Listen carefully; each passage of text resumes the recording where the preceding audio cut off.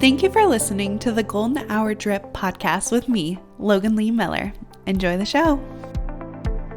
Welcome back to another episode of the Golden Hour Drip podcast. I'm your host, Logan Lee Miller, and a little housekeeping before we get started. If you haven't already, please rate, review, subscribe, all of the things. I would appreciate it so very much. Literally takes no effort on your part to click a button, but I would absolutely appreciate it. And you can also follow on Instagram and TikTok at Golden Hour Drip. So yeah, let's get into it. I just finished the book Unreasonable Hospitality this past weekend, and it was nothing like I expected. I don't know how it fell into my lap, honestly. I think I was just looking for some memoirs or biographies. Oh my gosh. I was looking for some books on Amazon and then Goodreads. I'm just trying to crowdsource, and find something that I have interest in or it makes me happy. I love hearing about people's personal stories, what they've gone through, what they've been learning. It's just, I don't know. I love it. It's one of my favorite things. And it's by a hospitality. I guess I don't actually know what his title is.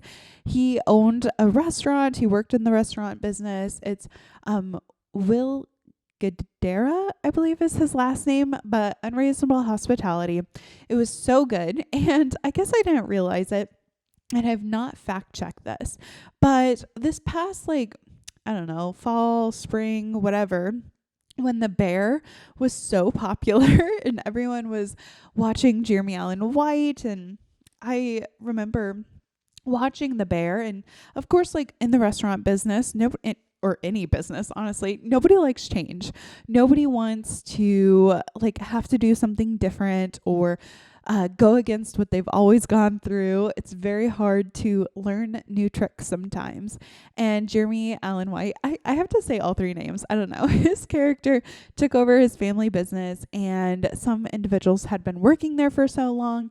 And it goes through their story on how they became the Bear. So in one of the episodes, there's a scene where his cousin is sent to go train with one of his very good friends. And you see the cousin, he's struggling, he's going through it. And they start him at the very bottom of shining silverware. And so he's shining it, and he's doesn't get it yet. He doesn't have the love for the job, and soon he starts to get it. He starts to find the love and the passion for the restaurant business and being in hospitality and just brightening people's day. And so he gets to be part of service, and service being feeding the customers, bringing the food out, right? Having a table, and just the level of excellence that goes into preparing a meal and serving the individuals who are coming to eat there. And there was a scene where he runs out and he gets a hot dog, and he has the chef plate it. And it was this special touch of people who they were just about to leave. They've hit up everywhere in the entire, New York, but they hadn't had a street hot dog. And so he runs out, gets a hot dog, has it sliced up, serves it to the individuals, and he's so happy and pleased with himself. I didn't realize, but the book Unreasonable Hospitality has that scene that was real life, and it happened where they had this job title. It's called a dream weaver, where they would listen so intently to whatever their customers were talking about on their meal, or just making it such an elevated dining experience that there was no awkwardness with the server, when they bring you your food, but you're so intently in conversation, and the interruptions, or paying the bill, and just talking about how they took it one step further, and they wanted to not interrupt, but help elevate and help just assist with a perfect dining experience. And they would do little touches.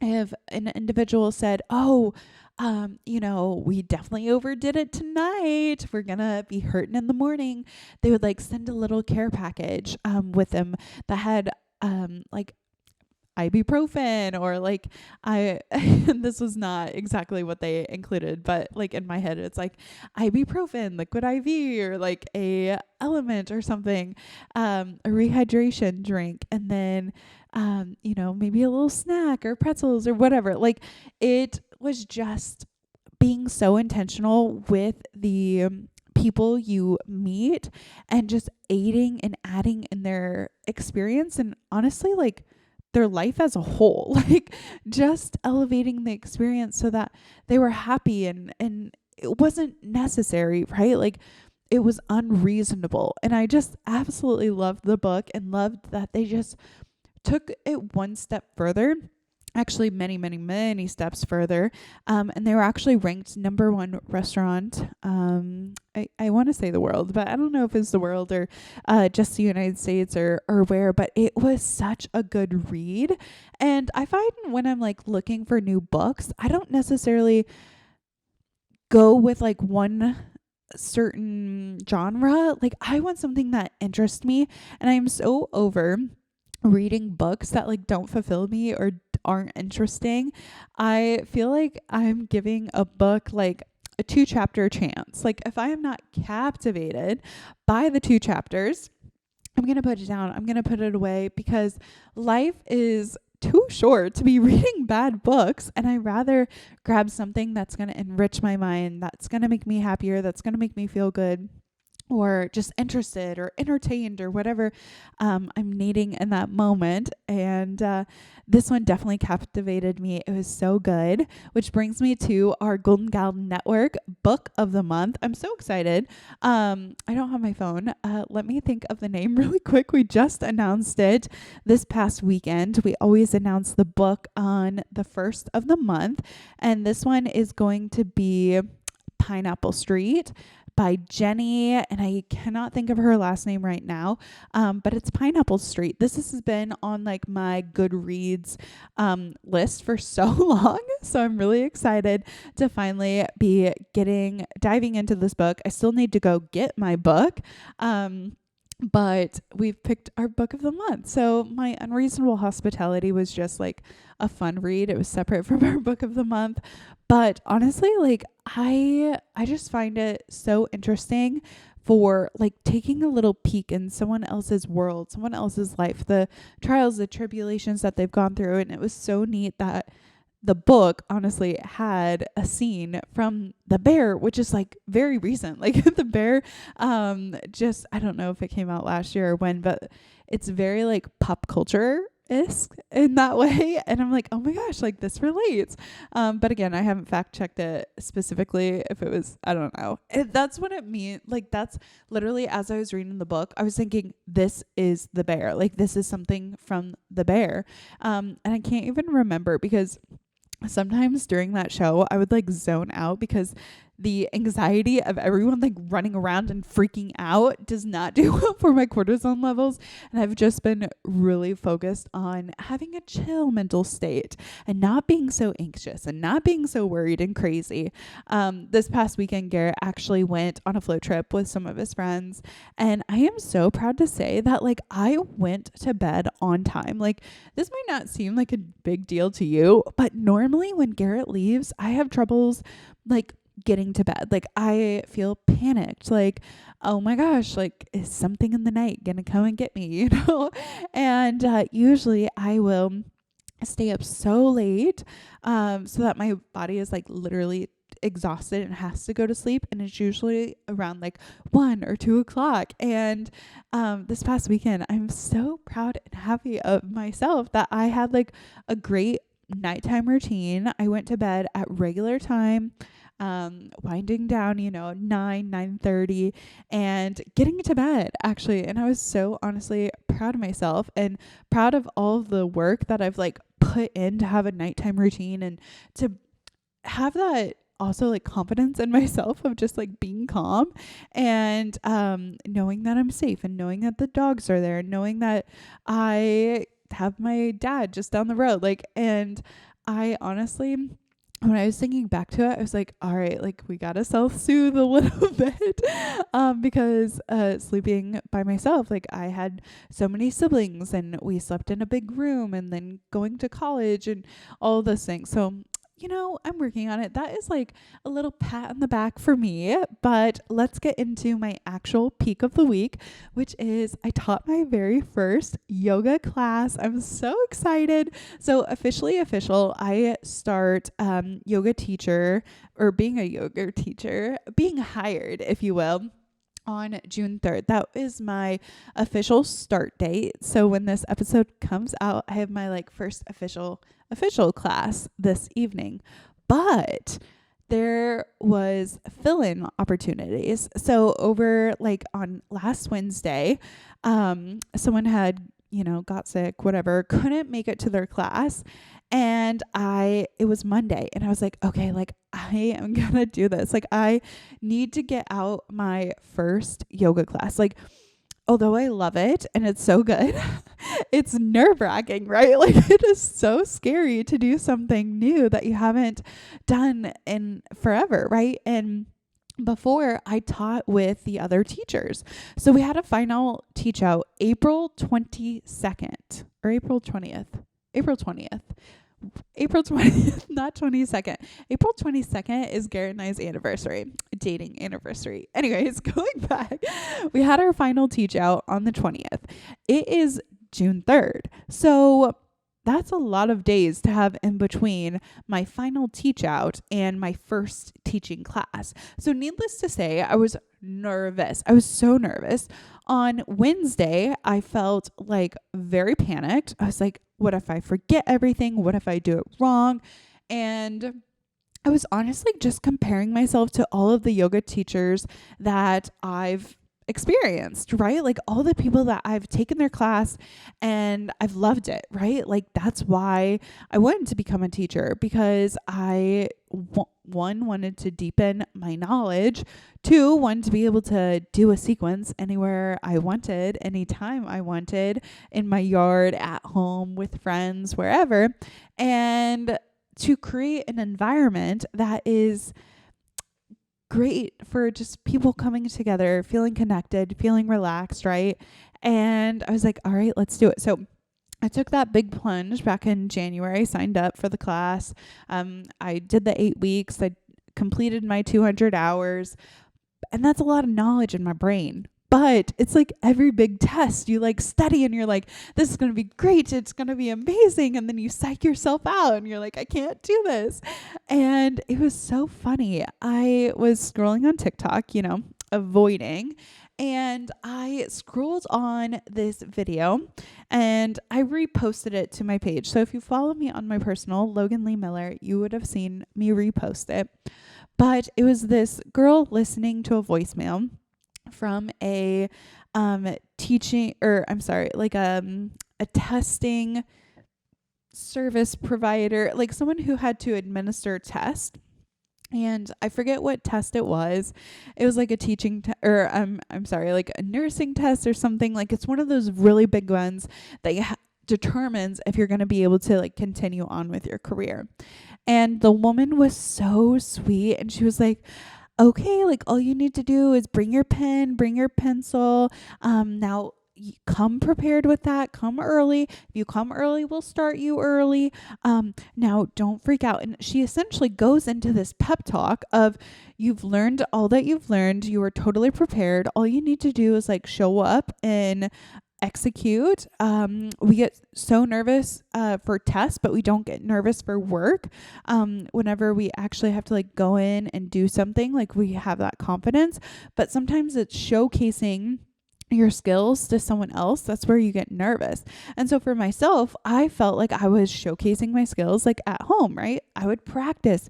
I'd practice in the yard. Of course, like I'm not teaching anybody. I'm just speaking the words, trying to envision my student in my head on, on their yoga mat, and where would they need a breath, and are they feeling tired or would they be feeling good, and going through it. And then getting my music all lined up and trying to make sure that it's great. And it has like a crescendo and a decrescendo and just like it's coming together. And I was so nervous. Okay.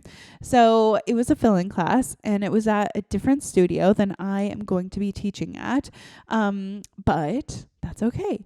I know it's going to take me an hour to get there. So I left even earlier than I needed to leave. And I get in my vehicle. I'm feeling prepared. I wrote down the sequence. I wrote down what I wanted to theme on. I had mapped out the songs and the transitions of the songs and what time I needed to hit, my marks to make sure that we would end on time and just be like an amazing class, right? And I'm going over what I'm going to say out loud to the class in my vehicle. I'm like going through it. I'm playing my music. I'm like so trying to get in the zone, trying to calm down my fears of messing up, forgetting the sequence and creating like a sad class, honestly, because I looked towards those teachers who made it such an inclusive environment, who made it safe to try and struggle and mess up and just so comforted. And I wanted to extend that to my students. Even though I was nervous, right? Like I'm so nervous and I'm going through the motions. I'm imagining my student in my head. I'm imagining myself being confident. And I'm thinking back to, like we've done hard things before back in high school. The first time that you had to learn all of the cheers. I was a cheerleader in high school. And I remember being so nervous with the cheers and in the jumps and remembering each motion to each word. And I remember the first day that we got all of our cheers, our cheer book. And my dad had picked me up. I was headed to his house for the weekend. And so he picked me up from practice. And I remember being like, oh my gosh, I don't know if I can do this. I don't know if my brain is going to be able to remember the cheers, to remember the chants, to lead the crowd essentially. And I remember thinking, okay, like I just need to practice. I just need to get it out. And that was me as a little freshman in high school. And then I was thinking back to college I was a student ambassador. So I did a tour of the campus. I was thinking back to that and I was like, man, like the first time I did a tour, was I nervous? Did I do good? I learned all the buildings to the campus and the whole speech that they wanted us to say for being a student ambassador. And that time, like the first time I interviewed for it, I didn't get it. I had to interview a second round, to actually be accepted. And I was thinking back to that and I was like, man, like, was I good at that the first time that I tried it? And you forget sometimes when you have time pass or you've succeeded at something and you've moved on to the next, you almost forget to look back at those other times and think, I did something hard. And in that moment, I was so scared, but I did it. And I succeeded and it was hard. And now I mean, I don't know now. I don't know if I could remember my high school cheers or if I could remember doing the entire student tour at my college. But after a while, like I got it and I knew that practice was going to be the only way that I was going to get it together, right? Like I needed to just get the words out. I just needed to sign up. And I, decided I was going to sub for a class on Wednesday, even though I wasn't to start until the following Monday. So I was like, okay, we're going to do it. It's going to be great. I felt prepared. As prepared as I could get, right? And so I get in my vehicle and I'm practicing and I get into junction. I get onto 470 and I'm merging and I notice that there's a bunch of traffic and is it rush hour? No. It's like 3:30 in the afternoon. I'm thinking, oh my gosh, what is happening? I slowly merge to the vehicles and we're slowly driving. And then I see a police officer go through on the side, right? Like there's 3 lanes of traffic and he's like on the side of the road passing everybody. And then I see more come. I see a fire truck. I see, an ambulance coming down the ramp on the other side and then traffic stops. And I always say a prayer whenever there's an accident, like please be with whoever is in the accident. And I'm thinking, oh my gosh, this must be a really bad one, because we stopped for 10 minutes. Then it rolled to 15 minutes. And then it was 20 minutes. No longer do I have my early, right? Like, class starts at a certain time and I need to be 30 minutes early before that class starts. And I was 20 minutes early to the 30 minutes. So I should have had 50 minutes before my class actually started. And so we were 20 minutes past my early start. So traffic would have to start and I would have to start driving to be able to make it on time. Actually, I want to say like I had a little bit more time than 20 minutes. And as we're sitting there, I start to panic. I'm panicking because, one, this is not my normal class. This is not my normal studio. And this is also my first class. I am so nervous that I'm not going to be able to make it out of this traffic. Okay, nobody is moving. We're stopped. My GPS keeps adding time. And now it's telling me that I'm going to be 10 minutes later than when my class begins. I am so nervous. I first call the studio manager and it was voicemail. I called the studio. I called a different studio. I'm freaking out. I call one of my very good friends, Adriana, who went through teacher training with me, but also taught bar at one of the studios. And I'm like, okay, what do I do? And she's like, take a deep breath, like give it 5 more minutes. And as I'm talking with her on the phone, traffic picks up a little bit. And what really bottlenecked them is not only did I part of a merge, I merged on, then there was another road that was merging on and there was a huge accident. So that's why it had like slowed down so much. But slowly but surely, I get through it and I'm like, oh my gosh. And I ended up, I don't think you understand how panicked I was. Like, I felt like I was going to vomit. I was so nervous. I didn't want to let anybody down. I didn't want this to be a demerit because, oh my gosh, like, she didn't show up for her class, right? Like, so I am just praying that I get there on time.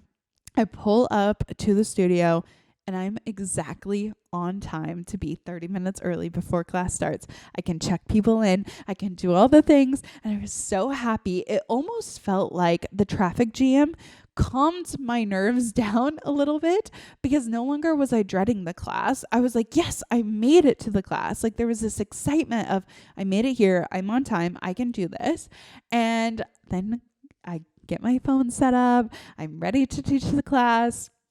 And I think something important to remember is no matter how much you prepare, how much you try so hard to get it all correct and perfect, you are going to make a mistake. And I remember thinking as I was getting ready, like, it's not, I'm not going to make a mistake. It's when I make the mistake, I'm just going to roll on from it. I'm just going to do my best. This is my first class. And I'm just going to try my best. And I'll tell you this, I messed up in class. Like I knew it as soon as I did it. During a Sun B, I accidentally did one of the flows twice on the same leg. And I knew that I did it wrong. And once like the leg was already there, we're in low lunge. I was like, that was the wrong leg. I said the wrong leg. And I didn't have enough time to even them out. And maybe I should have. Maybe if I was a better teacher, I would have.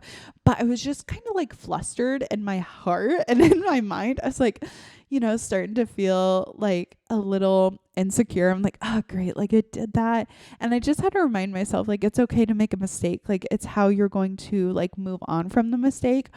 And I did just like reset the spine and like move on. But in that moment, I knew like a couple students would notice, like because they've taken classes before and like I knew it would probably, like, if they did notice, like, yikes, I'm so sorry. Like I hate that. Like I really in that moment I was like, we have to move on. And I ended up it was the second to the last flow, so there was like one more flow, but I was like, I knew it. I knew I was gonna mess up. And it was also a shorter class. It was 45 minutes, so you have to pick up the pace. It's like much quicker. You have to cut some things out. And once it was over, I felt so good. I was like, thank you all for being so patient with me. It was my first class, and not that I was saying that as like, hey, cut me some slack, but I wanted them to know that like any feedback was appreciative. And everybody left, and it was great. And was driving home, and I was feeling like a weight had been lifted from my shoulders. I was like, perfect. Like I feel so good. And as I was driving, I was like, you know what? The first one is done. Like sometimes you just have to get that first one out of the way to where you're able to breathe. Honestly, I needed to breathe. I was like, okay, so like the music, actually, I was just going to say the music worked. The music, I like when we got to Shavasana, when they just like lay on the mat, I noticed that it wasn't like my playlist anymore. For some reason, it had like shuffled to like recommended songs. And I was like, what the world? And I had to like quickly like lower it down and go over. And I will say I ended on time. That was something that I was like so worried about. I wanted to make sure that we ended the sequence on time, not too early, not too late, but just like on time. And I accomplished that, and I was so excited. I was like, yes. But you know, that was Wednesday. So Thursday and Friday rolls around, and there's another notification on my phone. And it's saying, hey, like there's a class that needs to be subbed on Sunday. And I immediately took it because I want to get the practice. I, at this point, am confident in myself, but there's still like that little bit of like naysayer voice in my head that's like, you can't do this. You are not a good yoga teacher, or you are so dumb, right? Like all the bad things that the voice in my head is trying to tell me, and pushing past that voice and thinking, you know what, like the only way I'm going to get better is if I try again. The only way I'm going to get better is if I push past the nervousness and I sign up for a subclass and I get in front of students. And this Sunday, and I was so nervous, right? I told you that's very hard for me to sleep when Garrett's not home. So I like put myself to bed at 9:30 and like, we are going to bed. And I will say, like, you know that like type of dreaming where you're not in a deep sleep, but like your mind is like still awake, but you're trying so hard to like rest. Okay, that was me. I was feeling like so awake, but not. And I did kind of like roll around in bed for 2 hours, but I fell asleep, and I woke up naturally at 5, and I was so excited. And I went and I taught my class, and the night before, like to prepare, I like wrote it out, and I did like give some attention to my notes, but I was trying not to stress about it. I'm trying to lower my cortisol. I'm trying to make sure that I'm going to bed properly so that I can wake up energized and feel like I can talk to people. And so I woke up and I was all ready. And again, like your thoughts kind of creep in, and it's trying to tell you, you can't do this. And I was just trying to tell myself, yes, I can. Like, it's going to be amazing. It's going to be awesome. And so I did my second class, and it was way better than the first. Oh my gosh. Like I know that getting the first one out of the way is like the best confidence boost that you can do. And this is with anything that you're wanting to try for the very first time, like just going out and doing it and getting the first time out of the way.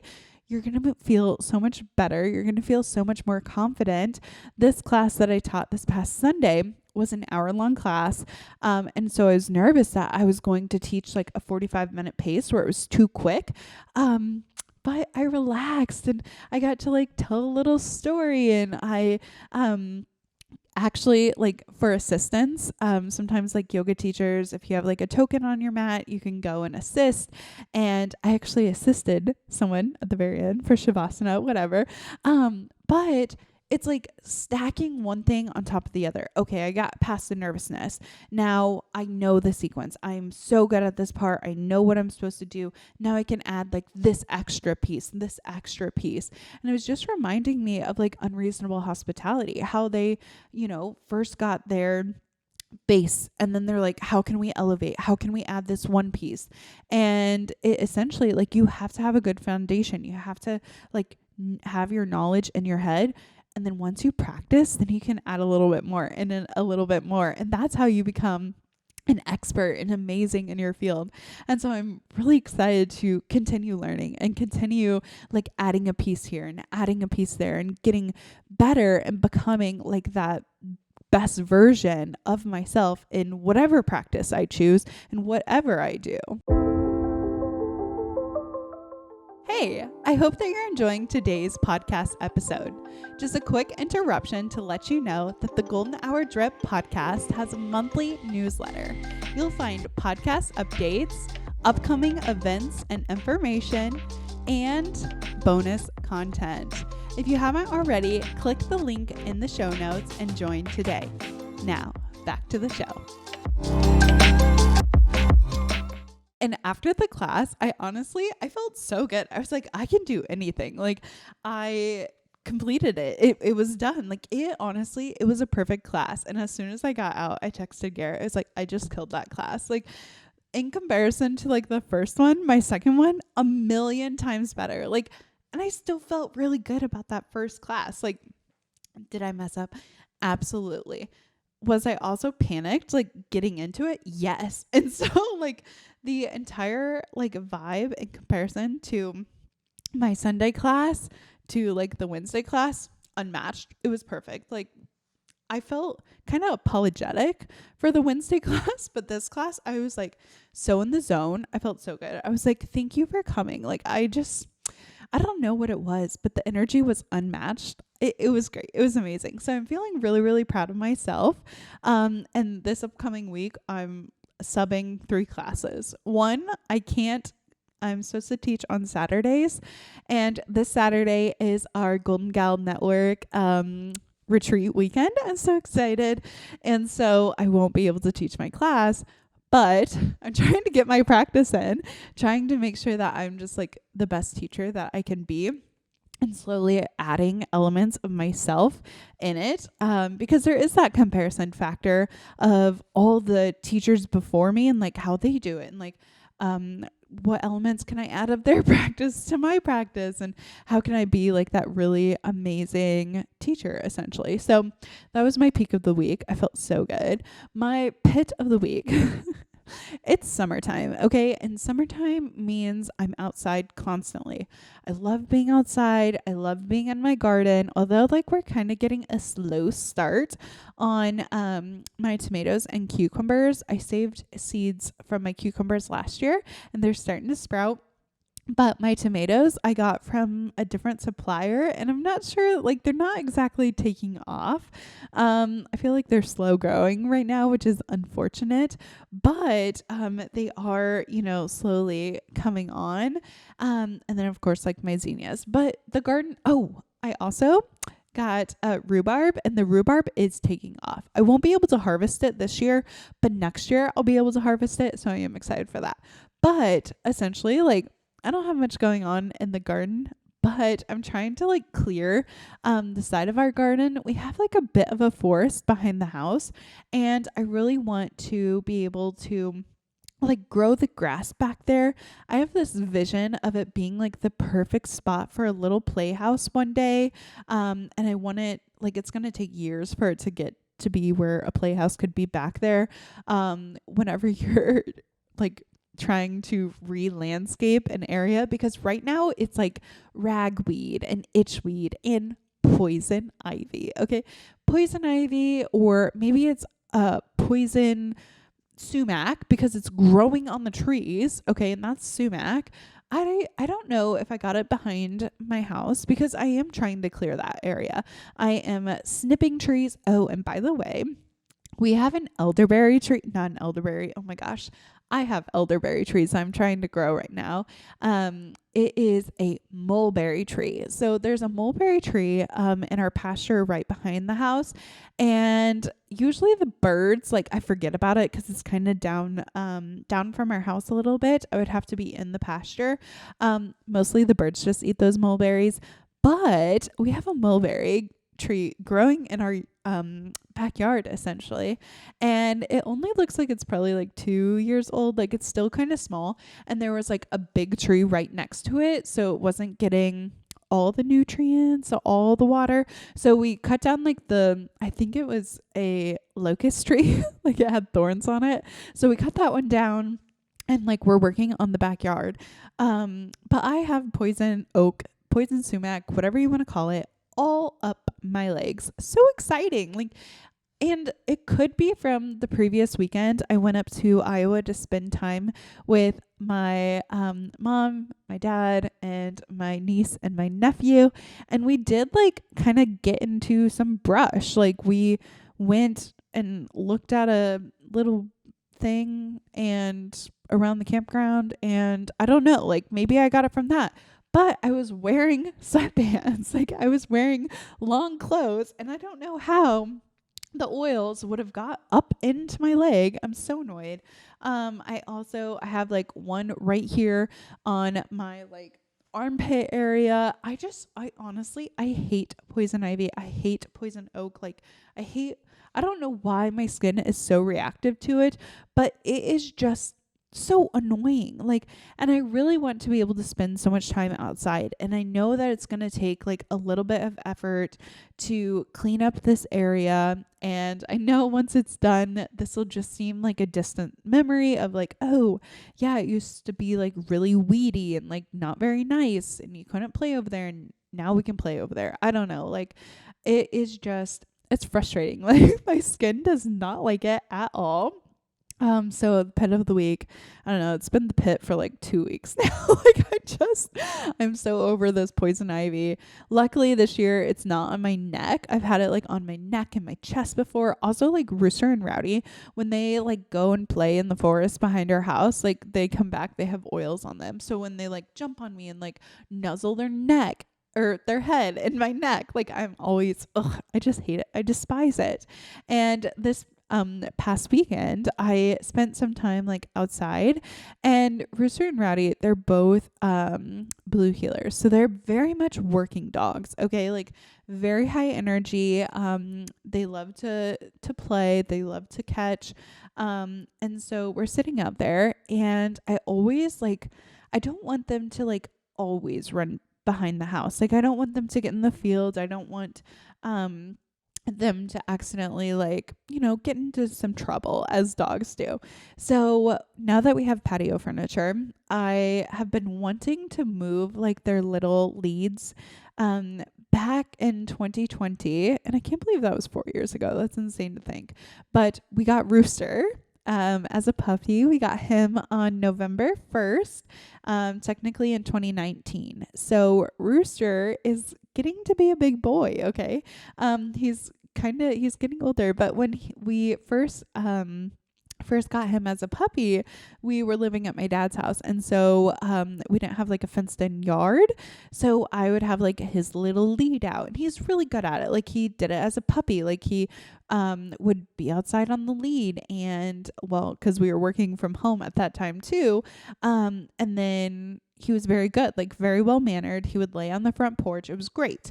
Rowdy never got that opportunity. Like we got Rowdy in this house, and she wasn't we either put them in their fenced in pen outside, or they just run around and come back inside. She never got the opportunity to learn how to be on a lead. So honestly, she was very bad at it. She does not like it, kind of gets twisted up.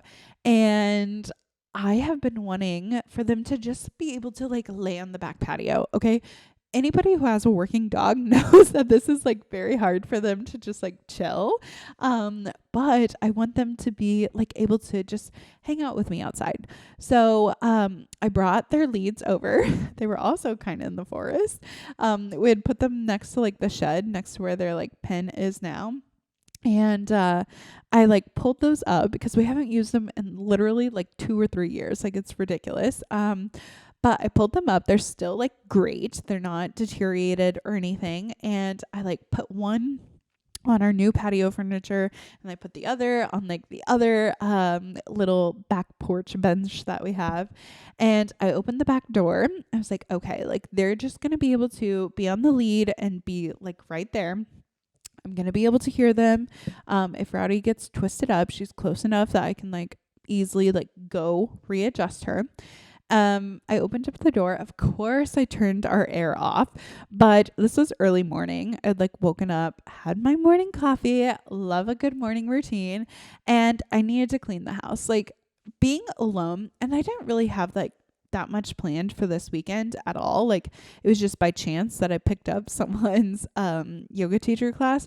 But I wanted to be present. I wanted to give my mind time to wander. I find like my best ideas come when I give myself space. And so cleaning is a great way for my mind to have space. I find lots of joy in it, honestly, like especially when Garrett's gone. When he is out of the house, like I can take my time. This is usually when I throw away stuff. Get rid of it, out of sight, out of mind. Oh, what are you talking about? We never had that, like when things go missing. So I'm like cleaning and I have the door open and I can hear them. And guess what? They were perfect angels. They just sat out on the back patio. They were amazing, like so good, just like very good. Once I got finished, because I went to clean, they are always like in our hallway. Like their two big beds are in our hallway. And that's where they sleep. So it's kind of dirty. Like not, I don't know. Like if you have pets, you understand. Our house is like white wallboards. So I needed to clean our wallboards. I try to clean our wallboards like once a month. But it's been like 2 months since I have worked on them. Also like mopping. Our wall paint is like very porous, so it'd be great if we could repaint. Maybe one of my upcoming projects will include that. But I also need to clean our bathrooms, and our shower is like a walk-in shower situation. It doesn't have glass doors. It just has like a curtain. And so sometimes if you don't close it properly, like water can get onto the floor, and the dogs love to like peek in when you're showering, right? And then they rub up on the wall and there's dirt from their feet or dirt from us. Like it was so grimy. Like it feels so good to just like be able to clean. I was on my hands and knees. I cleaned all of the grout. I wiped everything down. I was feeling like so good. Like just really it just like recenters my mind. If you hate house cleaning, like I totally understand it. For me, like I have to be in the right mood. Like I have to have the mindset of, okay, like we're cleaning today.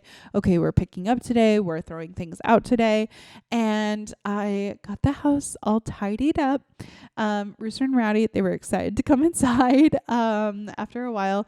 And of course, like when I'm in the kitchen, like putting away dishes, they're like watching me. They're like, we literally see you. This gate, I did put the gate up so they couldn't go in and out, in and out.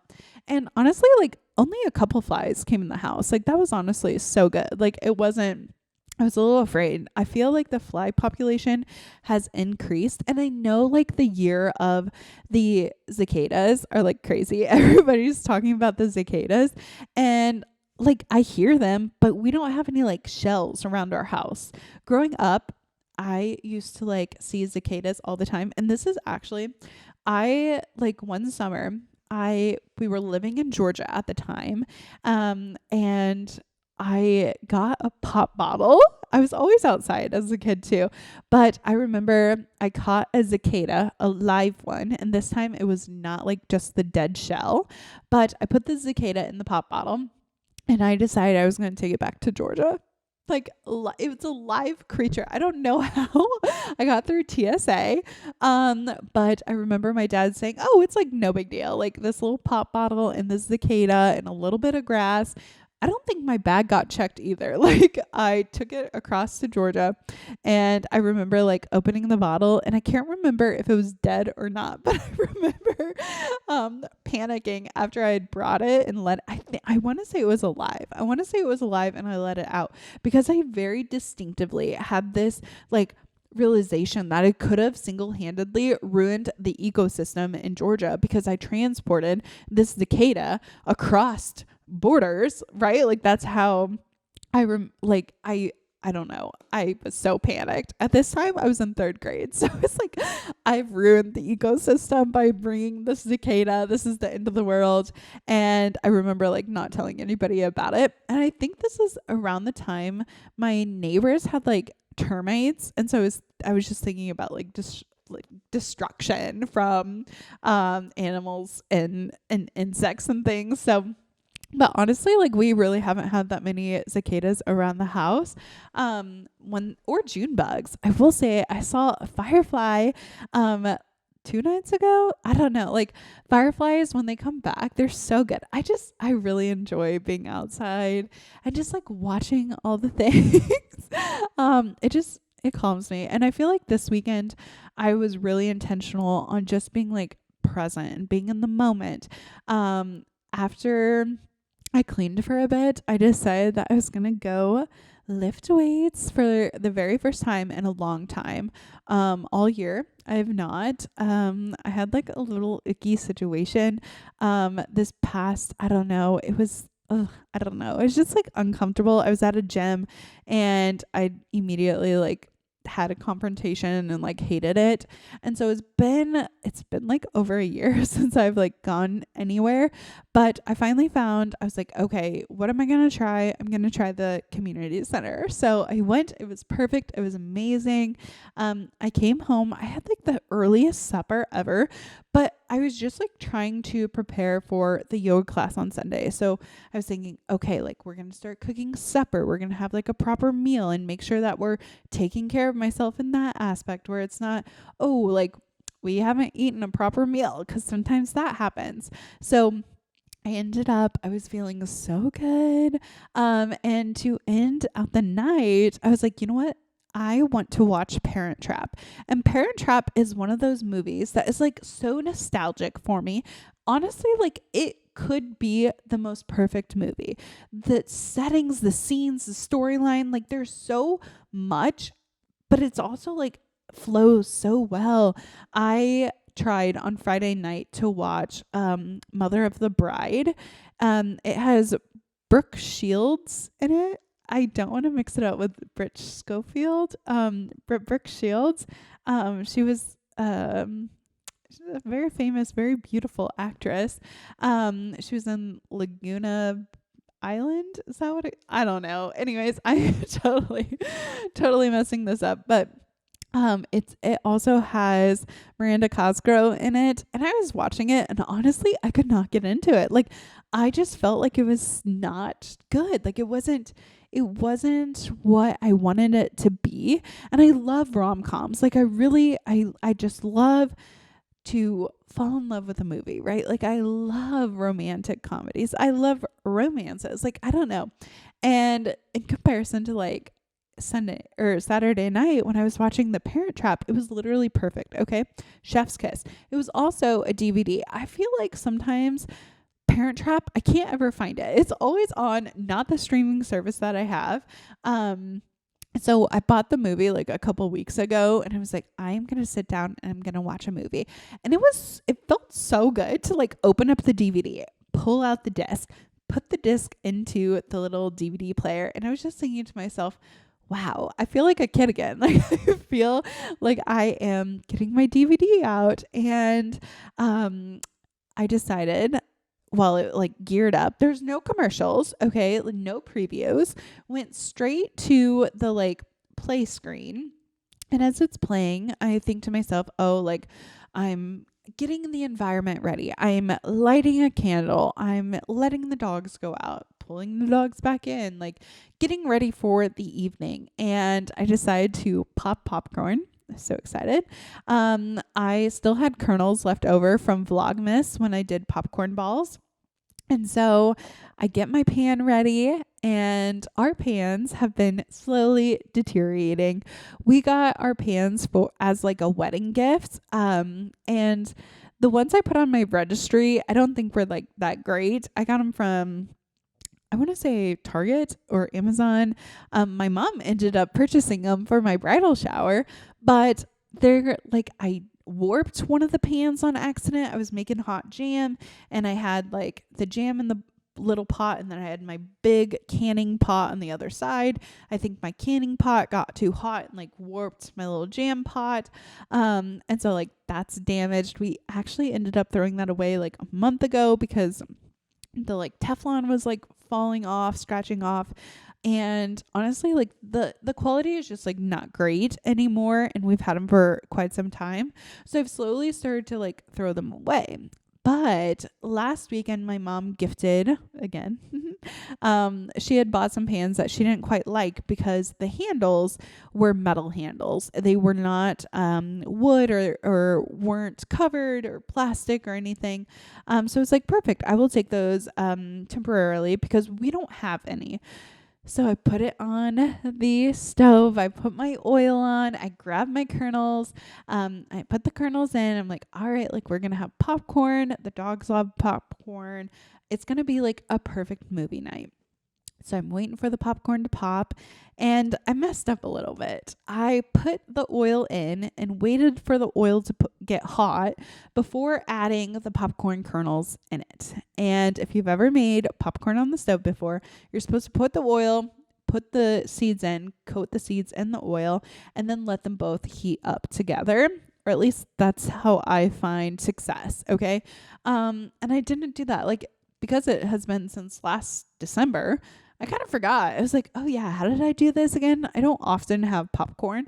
And so I'm like, okay, that batch was wrecked. So I picked up a pot with gloves. Like I got little pan holders, and I put it over to I had washed some dishes, so there was a towel laying out. It was going to be protected. It wasn't going to burn my stove or burn my counter. Moved it off the stove, moved it off the heat, and I got a different pan to try again. So I poured cold oil, poured the popcorn kernels, and it's like starting to go. I'm like, oh, I need to go grab that lid off the other pan. So I grab the handle to like shake it, because I'm also thinking in my brain, oh, I wonder if those popcorn kernels are still burning. Let me just give it a little shake as I pull the lid off. Well, guess what? I did not grab the oven mitts again, and I grabbed on to the hot pan and burnt my finger and my thumb. Okay. This is not the same kind of and I'm so glad that I learned a little bit, because when I burnt my arm on the hot jam, when I was making strawberry jam, I should have like wiped it off quicker. I should have put it in cold water quicker. I should have like put an ice cube on it quicker, but I didn't. And jam and a hot pot are a little different, right? But I got an ice cube. I was holding my finger and I was thinking, oh my gosh, how dumb. I didn't grab a hot pot, like a little, whatever you want, a pot holder. I didn't grab one of those. We have multiple of them. I didn't wait for it to cool. I didn't get protection. I didn't wait for it to cool. And I'm like, man, if I would have just waited, and I was so annoyed. I was like, I just burnt my fingers. I just healed up my arm from like my hot jam burn. And I was like, if I would have just waited for it to cool down, I wouldn't have burnt myself. And as I'm like successfully making my popcorn on the new pan, I was thinking, how many times do I like not wait for something?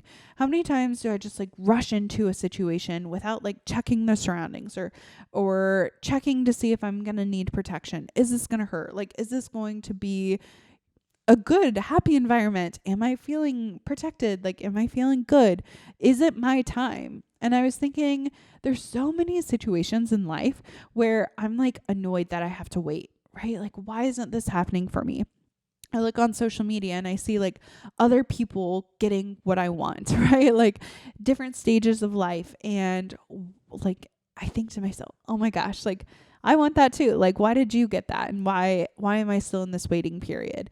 And I was just thinking, oh my gosh, like sometimes waiting is protection, waiting for your pan to cool, waiting for that next big thing. I feel like we're all sometimes waiting for like a job promotion, or waiting for that next stage in life, waiting for, the afternoon, waiting for the morning, waiting for the next cup of coffee. I don't know, like just always put into a waiting period. And I'm like, sometimes that waiting period can be protection. Sometimes other pieces have to be moved, or people have to become ready in their own right to then be able to help you along yours, right?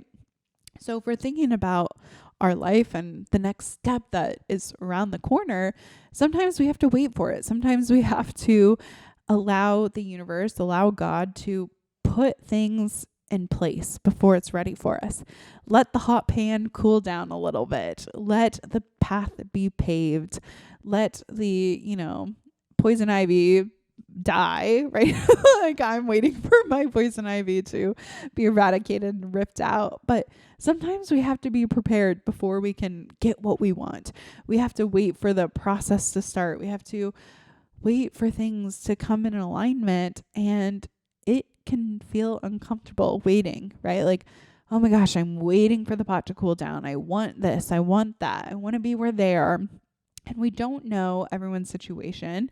And so when you're comparing yourself to like, oh, what they have and what you don't have, like you don't know what it took. Like they might have prepared more. They might have put in more effort, put in more work, or are ready for that thing that has been granted to them. I think about like building a new house or like having a baby or getting a new job or moving somewhere. Like you can see people on social media. I feel like that's what people post about, right? Like you log onto social media and it's like, oh, like someone's engaged, someone's getting married, someone hasn't bought a new house, they're having their baby. I don't know. Like they got a promotion. Like there's so many like awesome, amazing life celebrations that happen on social media, but it can feel like a comparison of like, why am I not there yet? Like, why do I not also have that? Why am I being like kind of kept back from what I'm wanting, from the next step? And it was just like this great reminder of sometimes things have to fall into place before it's ready for you. Sometimes you have to be put in an uncomfortable waiting period. And if you go past that waiting period, if you throw caution to the wind and you grab the hot pot, you're going to burn your fingers. Or maybe it's going to take away from like what is actually meant for you. So if you're in a waiting period right now, know that I am too. And more people than you realize are also in a waiting period. And the time when you feel the success, when you feel like, oh, things are finally happening for me, my popcorn pan is cooled down, I can move forward, I can watch my movie, like it will all happen in due time. I absolutely promise you.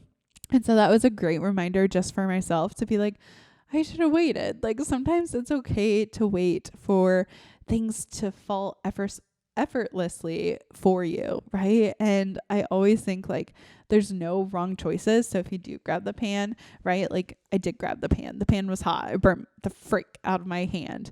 But guess what? Maybe that was supposed to happen. Maybe I was supposed to, be reminded about waiting and could talk to you about it, right? So it was a great weekend, honestly. Like, and watching Parent Trap, I know it's not summer yet. I know it's not summer. Summer doesn't happen until like the last week of June, which is insane. Like to me, May and June are so much summer, but it's not. Like June is still very much spring. And so for me, I'm like waiting for summer, right? But I'm also reminded of like how much time we still have, right? May went by so quickly. And I just want to cherish June and everything that it has to offer. I feel like every single one of my weekends is full now. Like I have something going on and like we're in full swing, like things are coming. And so now I'm like, oh, maybe I'm not in the waiting period. Maybe I'm in the things are happening. Like we're rolling. And, Parent Trap, it's so good. Like if you have not watched it recently, pull it on. Okay, and I'm talking about the Lindsay Lohan version. I think that is the best version. I honestly can't remember watching the older version. And if you didn't know, the Parent Trap was like kind of a remake. Like it is. But I just like the acting, the scenes, the everything. Also, Meredith Blake, stunning, beautiful, iconic, short hair queen. But also Elizabeth James, even better. I don't know. It is an excellent movie. It was a great Saturday night. And I'm just honestly like, I'm excited for summer. I'm excited to kick off this weekend with the Golden Gal Network. That'll be a great kickoff to summer because we're having our little retreat. So if you're in the Kansas City area or surrounding areas and you're looking for friends, you can always join our Golden Gal Network. Thank you so much for watching today's episode. if you wouldn't mind to rate, review, subscribe, all of the things. It literally takes just 2 seconds of your time, and I would appreciate it so much. We also post on TikTok and Instagram, also like YouTube. Okay. If you're listening to the audio version, we're also on YouTube. So if you listen in one place, go show a little love to the other platform that you might not like be on. I mean, if you're watching on YouTube, we get to look at each other, which is amazing. Put me on while you're eating breakfast, because that's what I usually do. But thank you so much for listening or watching wherever you are. And I will see you in the next one. Bye.